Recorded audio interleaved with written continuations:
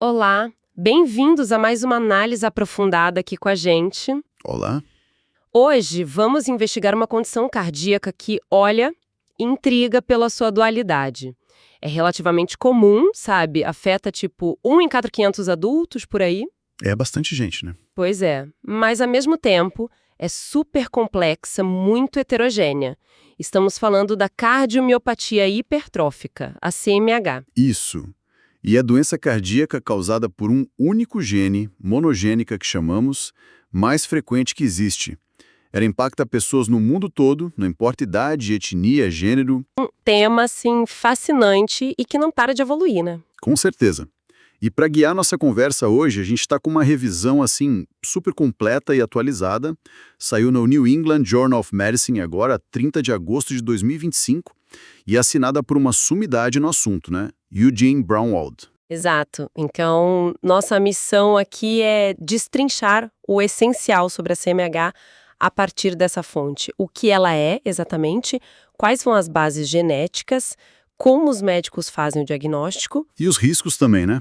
Como a morte súbita, a insuficiência cardíaca, que são as grandes preocupações. Isso. E claro, como se trata hoje em dia, né? Quais as novidades, os avanços recentes e o que a gente pode esperar para o futuro. Ok, então, vamos mergulhar nisso. Qual seria a definição básica, assim, para a gente começar? Bom, fundamentalmente, a CMH é definida por um espessamento, uma hipertrofia, né? De uma parte do músculo do ventrículo esquerdo, que é a principal câmara que bombeia o sangue para o corpo. Certo. Geralmente esse espessamento acontece no septo, que é a parede que divide os dois ventrículos, sabe? Ali na parte mais perto da saída do coração. E um ponto crucial, né? Essa hipertrofia não pode ser explicada por outras coisas comuns, tipo pressão alta, severa, ou aquelas doenças onde substâncias se infiltram no músculo cardíaco. Entendi. O músculo fica mais grosso onde não deveria, basicamente. E como isso mexe com o funcionamento do coração? O artigo descreve um cenário meio paradoxal, né? Não é isso? Exatamente, é bem isso. O ventrículo esquerdo, a cavidade dele, costuma ter um tamanho normal ou às vezes até pequeno. Mas a força de contração, olha só, é frequentemente aumentada. Aumentada, mas isso não seria bom? Parece, né? A fração de ejeção, que é a porcentagem de sangue que o ventrículo bombeia a cada batida, pode ser bem alta, tipo 70%, 75%. O normal é ali 55%, 65%. Só que, ao mesmo tempo, esse músculo que está espesso, ele tem dificuldade para relaxar e se encher de sangue entre as batidas. Ah, entendi. Isso é o que a gente chama de disfunção diastólica. É como se o músculo ficasse meio duro, sabe? Prejudica o enchimento. Entendi. Contrai com força, mas relaxa mal. E se a gente pudesse olhar com o microscópio, o que veria? O artigo fala sobre isso. Fala assim. A fonte menciona achados bem típicos. As células musculares do coração, os miócitos, eles ficam maiores e desorganizados, meio desalinhados, sabe? E tem também um aumento de tecido fibroso, tipo uma cicatriz entre as células. E até as pequenas artérias que nutrem o próprio músculo cardíaco, elas também podem ter as paredes mais grossas. Isso dificulta o fluxo de sangue dentro do próprio músculo. Nossa, complexo. O artigo também divide a CMH em dois tipos principais, certo? Obstrutiva e não obstrutiva. Qual a diferença? Isso é importante, né? Sim, fundamental, principalmente para pensar no tratamento. Olha, cerca de 70% dos pacientes têm a forma obstrutiva. Isso quer dizer que o próprio espessamento do septo, muitas vezes junto com um movimento estranho da válvula mitral na hora que o coração contrai. Espera aí. Movimento estranho da válvula mitral? Como assim? Explica-se melhor. É o chamado movimento anterior sistólico, ou SAN, a sigla em inglês. Imagina assim, quando o coração contrai para jogar o sangue para fora, uma parte da válvula mitral, que devia só fechar, ela é como que puxada, sabe? Ela se move para frente em direção ao septo que está grosso. Ah, E isso cria uma barreira ali dinâmica, dificulta a saída do sangue do ventrículo para a artéria aorta. E essa obstrução pode piorar quando a pessoa faz esforço, porque o coração bate mais rápido e a cavidade fica menor ainda. entendi. Faz sentido. Aí os outros 30% mais ou menos têm a forma não obstrutiva. O espessamento existe, mas não chega a causar essa barreira na saída do sangue. Entendi. E pensar que essa condição já é observada faz tempo, né? O artigo até cita umas descrições de 1958. Sim, Teari descreveu uns casos, muitos com morte súbita em jovens. Naquela época, logo depois, em 59, já identificaram essa coisa da obstrução. Mas a grande virada mesmo, no entendimento, veio bem depois com a genética. Ah, genética. O artigo reforça muito isso, que a CMH é frequentemente uma doença de família. Qual foi o marco inicial dessa descoberta? A descoberta-chave mesmo foi em 1990. Encontraram uma mutação num gene que produz uma proteína essencial para a contração do músculo do coração, a cadeia pesada da beta-miosina cardíaca. Hoje a gente sabe que variantes genéticas que causam doença em pelo menos 8 genes diferentes. Todos eles responsáveis por peças da máquina de contração do coração, o sarcômero, podem causar a CMH. E tem algum gene que aparece mais? Que é mais comum? Sim, dois se destacam bastante. O gene MYBPC3, ele é encontrado em uns 45% dos casos que a gente acha a causa genética, e o gene MYH7 em uns 35%. No total, assim, mais ou menos 40% dos pacientes que têm o diagnóstico clínico de CMH vão ter um teste genético positivo. Ou seja, a gente consegue identificar a mutação que está causando o problema. Isso levanta uma questão importante que o artigo discute bem. A diferença entre ser gene positivo e fenótipo positivo. Pode explicar isso pra gente? Claro, isso é super importante. Ser gene positivo significa que a pessoa tem aquela variante genética que está associada à CMH. Mas isso, olha só, não garante que ela vá desenvolver a doença. Ou seja, ter o fenótipo positivo. Ah, então ter o gene não significa ter a doença sempre. Exato. Fenótipo positivo é ter as manifestações da doença, né?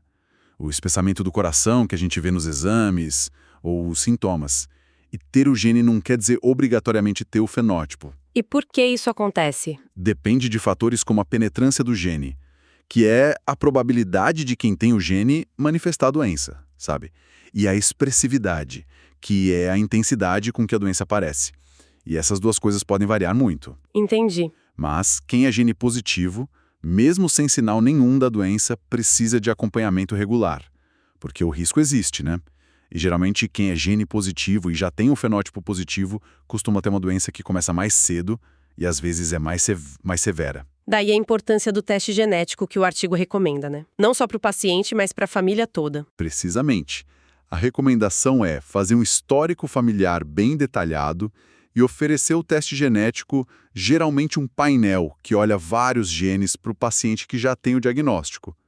Se a gente acha uma mutação, aí pode testar os parentes de primeiro grau, como pais, irmãos, filhos. Para que isso serve na prática? Ajuda a identificar quem está em risco, às vezes antes mesmo de ter qualquer sintoma ou alteração no coração, e também ajuda a diferenciar a CMH de outras doenças que podem meio que imitar os achados, sabe? Como a doença de Fabry ou a doença de Danon, que tem tratamentos bem diferentes. Ok. Entendida a base genética, agora como a CMH se manifesta no dia a dia da pessoa? Quais são os sintomas? O que ela pode sentir? Olha, a apresentação é muito, muito variável. Muita gente passa anos sem sentir absolutamente nada. São assintomáticos. Sério? Anos. Outros podem ter fadiga, cansaço, falta de ar, principalmente quando fazem esforço, que é a dispneia, dor no peito, a angina, palpitações, arritmias, desmaios, que a gente chama de síncope, e nos casos mais graves pode evoluir para insuficiência cardíaca ou, infelizmente, acontecer uma morte súbita cardíaca. Essa dor no peito, angina na CMH, ela tem alguma causa específica? Não é só por artéria entupida como no infarto comum? Geralmente não é a mesma coisa, não. O artigo explica bem. A angina na CMH pode acontecer por alguns motivos juntos, sabe? Primeiro, o músculo está mais grosso, então ele precisa de mais oxigênio. Segundo, aquelas pequenas artérias dentro do músculo, as intramurais que a gente falou, podem estar com as paredes grossas, aí dificulta o fluxo de sangue lá dentro. E terceiro, a presença de fibrose daquela cicatriz também contribui para a dor. Entendi, são vários fatores. E para confirmar o diagnóstico e entender melhor o que está acontecendo, os exames de imagem são essenciais, né? Fundamentais. O ecocardiograma é a ferramenta de linha de frente, sabe? É acessível, não é invasivo e dá muita informação. Ele confirma o espessamento, mede onde está e qual tamanho, avalia a função de contração e de relaxamento, a diastólica, Ele vê aquela obstrução também. vê sim. Ele detecta a obstrução, inclusive a gente pode fazer manobras durante o exame para provocar a obstrução, se ela não estiver ali em repouso. Ele visualiza aquele movimento SAM da válvula mitral e mede o tamanho das câmaras do coração. É muito completo. E a ressonância magnética cardíaca, o artigo coloca ela como padrão ouro. Por quê? Qual a vantagem? A ressonância magnética cardíaca, o RMC, ela oferece imagens com uma definição, um detalhe da estrutura do coração que é superior ao eco. Ela é excelente para casos que ficam meio na dúvida, sabe? Para avaliar a ponta do ventrículo, o ápice, que às vezes é mais difícil de ver bem no eco. E também para identificar outras doenças que se parecem com a CMH. E tem mais alguma coisa que ela faz bem? Tem sim, um dos grandes trunfos da RMC é detectar e quantificar a fibrose, aquela cicatriz no músculo que a gente comentou. Ela usa uma técnica com contraste, o gadolínio, chamada realce tardio. E isso é super importante, porque a quantidade de fibrose é um marcador de risco. Além disso, a RMC mede a espessura da parede com uma precisão enorme. Fibrose como marcador de risco. Isso leva a gente para os perigos da CMH, né? O artigo destaca dois principais: morte súbita cardíaca, MSC, e insuficiência cardíaca, IC. Vamos começar pela MSC, que assusta muito. Assusta mesmo. E, historicamente, a MSC era a complicação mais temida, principalmente em atletas jovens que tinham CMH e não sabiam. Antes da gente ter os desfibriladores implantáveis, a incidência anual de MSC era estimada em cerca de 1%, geralmente causada por uma arritmia ventricular muito grave, caótica, a fibrilação ventricular. Mas isso mudou, né? Com o desenvolvimento do cardioversor desfibrilador implantável, CDI, aquele aparelhinho que fica monitorando o ritmo e dá um choque se precisar. Sim, o CDI, que começou a ser desenvolvido lá para 1980, foi um divisor de águas total. A partir daí, ficou crucial identificar quem tem o maior risco de ter uma morte súbita para poder colocar o CDI de forma preventiva. É o que a gente chama de prevenção primária. E quais são esses sinais de alerta, os fatores de risco que o artigo aponta para indicar um CDI em prevenção primária? O que a gente tem que ficar de olho? Os principais são ter um histórico na família de morte súbita por CMH em parente próximo, jovem, ter um espessamento máximo da parede do ventrículo esquerdo muito grande, igual ou maior que 30 milímetros. Nossa, 3 centímetros de músculo. Exato, é muito. Ter tido um desmaio, uma síncope, sem uma explicação clara recentemente. Apresentar no exame de Holter episódios frequentes ou prolongados de arritmias ventriculares que não se sustentam, a TVNS. Ter um aneurisma na ponta do ventrículo esquerdo. E aquilo que a ressonância ajuda a ver. Ter uma área extensa de fibrose, de realce tardio. E uma fração de ejeção que cai abaixo de 50% também é um fator de risco importante na CMH. Certo. Então, ter um ou mais desses fatores indica um risco aumentado. E o CDI funciona bem nesses casos? Ele realmente previne? Funciona e funciona bem. O artigo cita um estudo super importante do Maron e colaboradores que mostrou que quase 16% dos pacientes considerados de alto risco que receberam o CDI tiveram um aparelho atuando para reverter arritmias perigosas ao longo do acompanhamento. Uau, 16%? É um número expressivo. Com essa estratificação de risco e o uso do CDI, a incidência de morte súbita em pacientes de alto risco caiu para menos de 0,5% ao ano, uma redução assim drástica. Mas é importante dizer que mesmo quem é considerado de baixo risco hoje, precisa ser reavaliado de tempos em tempos, porque o risco pode mudar. Entendi. Então, com a MS sendo melhor controlada, a insuficiência cardíaca, IC, ganhou mais destaque como um problema a longo prazo. É isso. Exatamente. E aqui volta aquele paradoxo da fração de ejeção, a FeV, que a gente mencionou lá no começo. Verdade. Na maioria das causas de IC, uma FeV baixa, tipo menos de 40%, indica que o coração está fraco. Na CMH, a FeV geralmente é normal ou até alta. Lembra? 70%, 75%. Por isso o artigo faz um alerta importante. Uma FeV que cai para menos de 50% na CMH, isso já indica uma disfunção grave, um estágio avançado da doença. E isso acontece em cerca de 6 a 8% dos pacientes. E o que leva o paciente com CMH a desenvolver essa insuficiência cardíaca? E como que trata? Pode acontecer por dois caminhos principais, digamos. Ou por uma hipercontratilidade muito acentuada, geralmente ligada àquela obstrução, que acaba sobrecarregando demais o coração, ou o que é mais comum em fases mais avançadas, por causa da fibrose extensa, que vai substituindo o músculo que funciona. E o tratamento vai depender da causa. Se for pela obstrução e hipercontratilidade, o foco é aliviar essa obstrução. Se for pela fibrose e falência do músculo, que às vezes chamam de fase burnout, de esgotamento, aí o tratamento segue mais a linha da IC clássica, podendo chegar até a necessidade de transplante cardíaco ou um dispositivo de assistência ventricular, um coração artificial. Além da MSCC e da IC, o artigo menciona a fibrilação atrial, a FA, como outro problema comum, né? Sim. A FA, que é aquela arritmia nos átrios, as câmeras de cima do coração, é bem prevalente na CMH. Afeta mais ou menos 25% dos pacientes que têm sintomas, e ela aumenta muito o risco de formar coágulos no coração e causar um AVC, um derrame. Nossa, então é perigoso. Muito.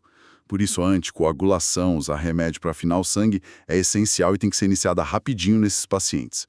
O manejo da FA em si, para controlar a arritmia, envolve tentar controlar o ritmo ou só a frequência cardíaca, com remédios ou procedimentos como a ablação da FA. Isso leva a gente direto para as estratégias de tratamento da CMH.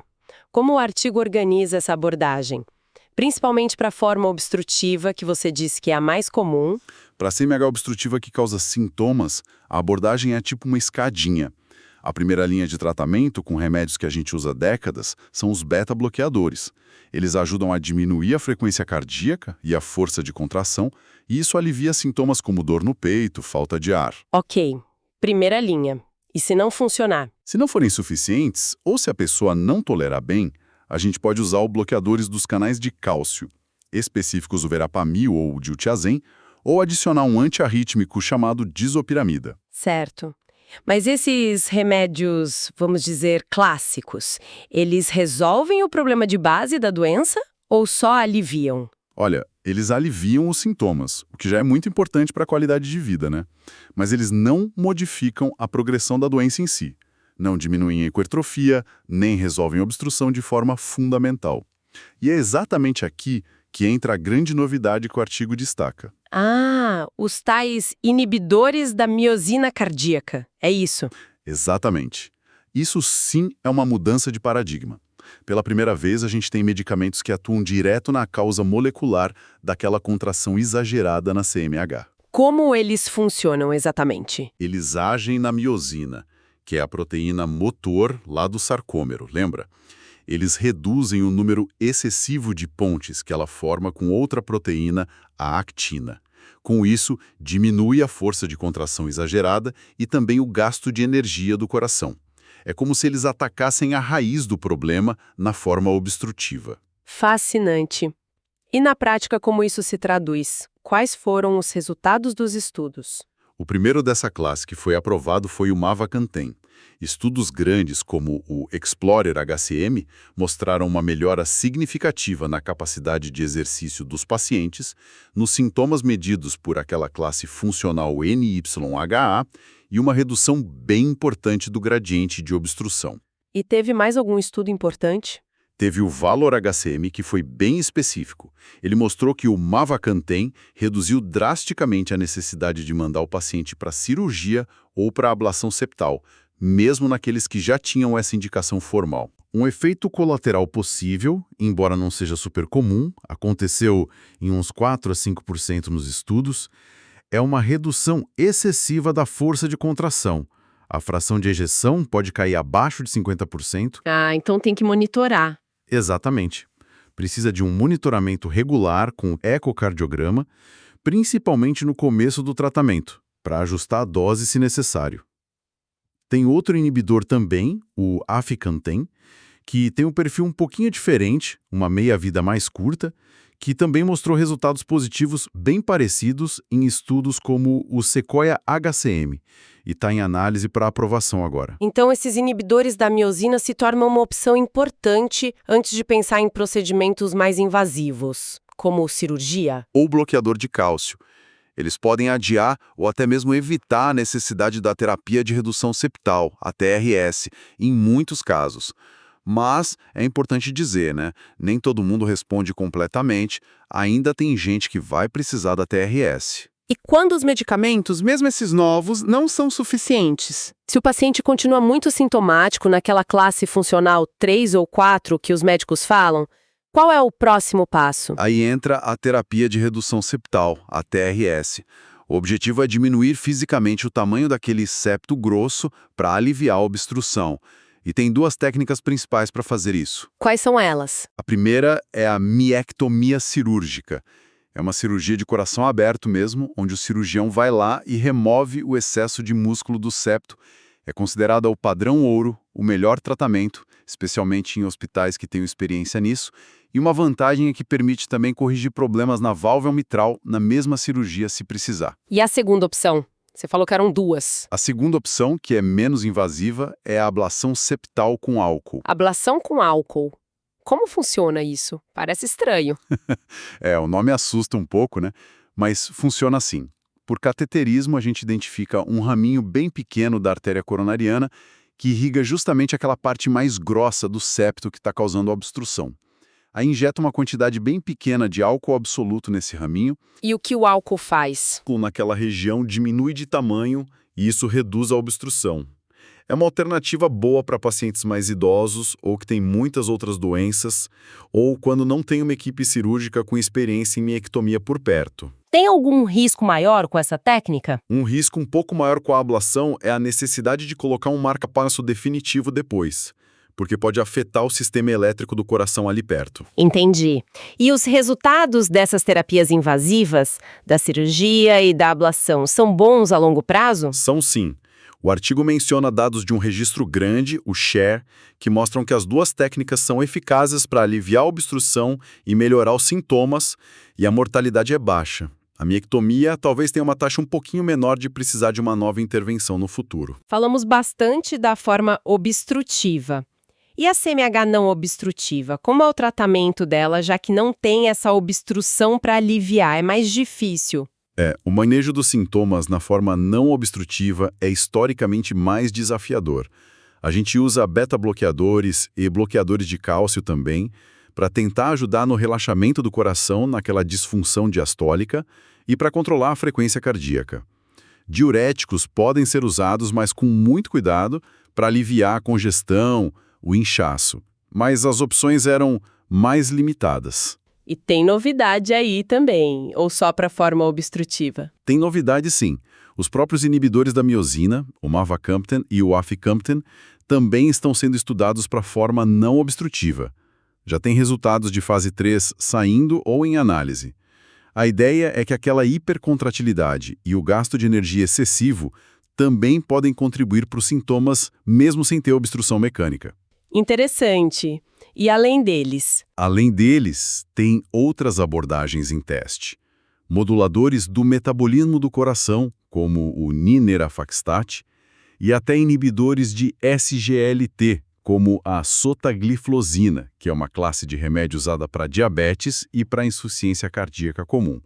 Então tem pesquisa acontecendo aí também. E aquela fase burnout que você mencionou antes, com fibrose e o coração já ficando fraco? O que se faz? Nesses casos, que acontecem em 5 a 10% dos pacientes, principalmente nos não obstrutivos com o tempo, a doença meio que muda de cara.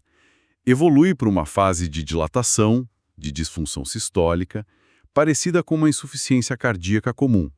Aí o tratamento foca nisso, e as opções finais, quando nada mais funciona, são o transplante cardíaco ou um dispositivo de assistência ventricular, o DAV. O artigo também dá uma atenção especial para CMH em crianças e adolescentes.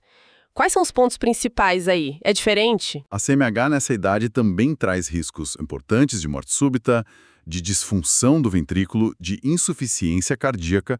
E um dado interessante é que o diagnóstico nessa fase mais precoce parece estar ligado ao risco maior de desenvolver IC na vida adulta. E a genética? Os tratamentos? Os genes envolvidos são os mesmos dos adultos, principalmente MYBPC3 e MYH7. Já existem modelos de risco específicos para calcular a chance de MSC em crianças para guiar a decisão do CDI.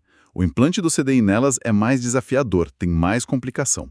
Por outro lado, a miectomia cirúrgica, a cirurgia para tirar o excesso de músculo, quando feita em centros com experiência, mostrou ser segura e eficaz quando indicada para crianças e adolescentes. Olhando agora para o futuro, o que vem por aí para a CMH? O artigo aponta algumas direções, né? O que ainda falta saber? Sim. Apesar de todo o avanço, ainda tem perguntas importantes.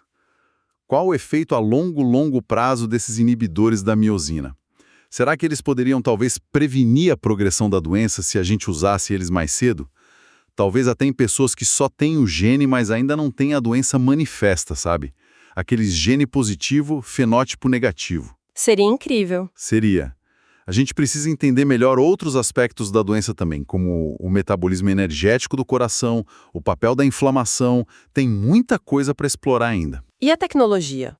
Onde ela entra nesse futuro? Duas áreas com um potencial assim enorme são destacadas no artigo. Primeiro, a terapia gênica. Imagina poder corrigir o defeito genético lá na raiz do problema. Nossa! Tem abordagens sendo testadas, tipo edição gênica com CRISPR, silenciamento do gene defeituoso com uma técnica chamada siRNA, ou até repor o gene que funciona direito. Inclusive já tem um ensaio clínico inicial, uma fase 1B em andamento para reposição do gene MYBPC3. Ainda é cedo, claro, tem desafios, mas é uma fronteira muito promissora. Uau, terapia gênica. Isso seria realmente transformador. E qual a outra área promissora? Inteligência artificial, a IA. O potencial aqui é gigante para o diagnóstico precoce. Já tem algoritmos de IA sendo treinados para detectar sinais bem sutis de CMH em exames simples, como o eletrocardiograma ou o próprio ecocardiograma. Sinais que poderiam passar despercebidos por um olho humano. E qual a vantagem disso? Isso poderia levar à identificação de casos muito antes dos sintomas aparecerem, permitindo um acompanhamento mais cedo e, quem sabe, talvez no futuro até intervenções para prevenir que a doença se desenvolva completamente. Aqui é onde fica realmente interessante. Então, resumindo essa nossa exploração de hoje, a CMH é essa doença cardíaca genética comum, mas super complexa, com muitas caras diferentes. O entendimento evoluiu demais, né? Desde identificar os riscos de morte súbita, insuficiência cardíaca, até o desenvolvimento de tratamentos que realmente mudaram o jogo. Com certeza. Os exames de imagem, os testes genéticos são cruciais para o diagnóstico e para o manejo. E agora temos essa nova classe de medicamentos, os inibidores da miosina, que pela primeira vez atacam o mecanismo central da doença na forma obstrutiva. Sem dúvida nenhuma, o cenário mudou muito nas últimas décadas. O prognóstico para muitos pacientes hoje é bem diferente, muito melhor, graças a todos esses avanços na compreensão, no diagnóstico e no tratamento da CMH. E para finalizar, fica aqui uma provocação para a gente pensar, inspirada nesses avanços futuros que o artigo aponta, com a inteligência artificial prometendo detectar predisposição cada vez mais cedo e a terapia gênica acenando com essa possibilidade de corrigir o defeito lá na origem, será que um dia a gente vai conseguir intervir antes mesmo do coração começar a engrossar? Será que vamos poder, de fato, prevenir que a CMH se manifeste em quem já nasce com a predisposição genética? É a grande questão, né? E a grande esperança, intervir antes da doença se instalar. Seria a medicina preventiva no seu ápice para condições genéticas como essa. É um horizonte fascinante, sem dúvida. Deixamos essa reflexão no ar, para todo mundo. Agradecemos muito a sua companhia nesta análise detalhada da cardiomiopatia hipertrófica, baseada na revisão de Eugene Braunwald no New England Journal of Medicine. Até a próxima. Até a próxima.